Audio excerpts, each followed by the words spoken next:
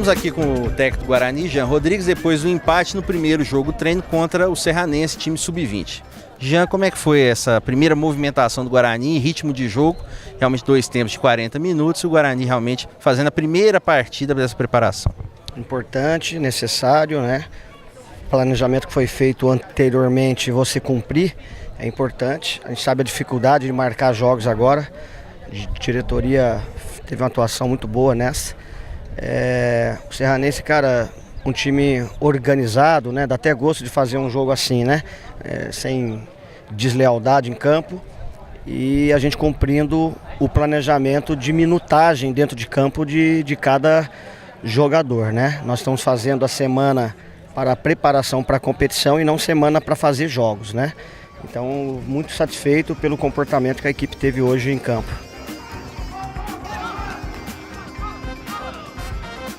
Nosso primeiro jogo treino, então foi uma experiência boa, deu para ver a qualidade de quem está chegando para somar, deu para ver, mostrar para o Jean que com certeza ele gostou bastante do posicionamento da equipe. Claro que no final desorganizou um pouco, é complicado jogar com a equipe sub-20 porque acabam ficando um pouco desorganizados e arrumam muita correria, mas foi bom, cara, para um primeiro trabalho aí foi muito bom. Esperamos agora buscar evolução sempre, até pro dia 19 a gente tá inteiro, tá 100% e fazer uma boa estreia.